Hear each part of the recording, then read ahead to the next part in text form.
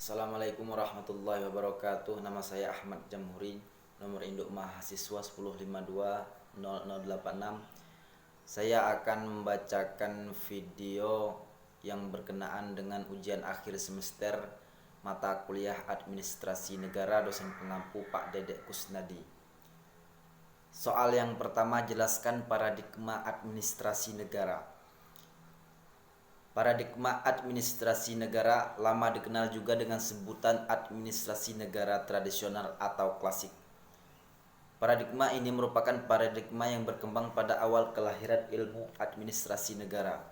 Tokoh paradigma ini adalah antara lain pelopor berdirinya ilmu administrasi negara Woodrow Wilson dengan karyanya The Study of Administration pada tahun 1887, serta F.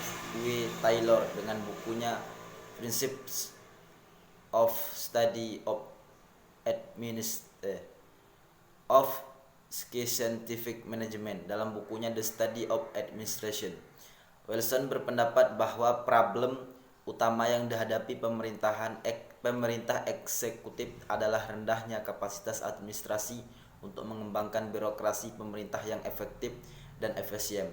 Diperlukan pembaharuan administrasi pemerintahan dengan jalan meningkatkan profesionalisme manajemen administrasi negara. Untuk itu diperlukan ilmu yang diarahkan untuk melakukan reformasi birokrasi dengan mencetak aparatur publik yang profesional dan non-partisan. Karena itu, tema dominan dari pemikiran Wilson adalah aparat atau birokrasi yang netral dan dari politik. Administrasi negara harus didasarkan pada prinsip-prinsip manajemen ilmiah dan terpisah dari hiruk-pikuk kepentingan politik. Soal nomor 2, mengapa ilmu administrasi perlu dipelajari? Jelaskan berdasarkan contohnya. Sebab tujuan utama dari adanya ilmu administrasi negara tersebut ialah untuk membantu pemerintah atau negara dalam menjalankan tugas penyelenggaraan negara yang erat kaitannya dengan proses administrasi. Contohnya seperti pembuatan atau pembentukan Undang-Undang Dasar 1945, membuat undang-undang hukum pidana atau undang-undang kitab hukum pidana atau KUHP, dan masih banyak lagi contoh yang lain. Nomor 3, mengapa kehidupan manusia tidak bisa lepas dengan administrasi negara? Jelaskan beserta contohnya. Maksud dari kehidupan manusia yang tidak terlepas dari administrasi negara ialah kita senantiasa membutuhkan keteraturan dalam kehidupan.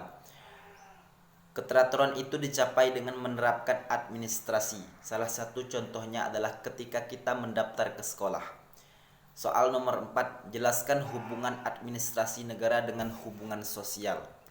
Administrasi negara adalah satu bagian dari administrasi umum yang merupakan salah satu cabang dari ilmu sosial, yang mana administrasi negara mempunyai kaitan erat sekali dengan kelompok ilmu sosial seperti ekonomi, sosial, antropologi, psikologi, dan ilmu politik.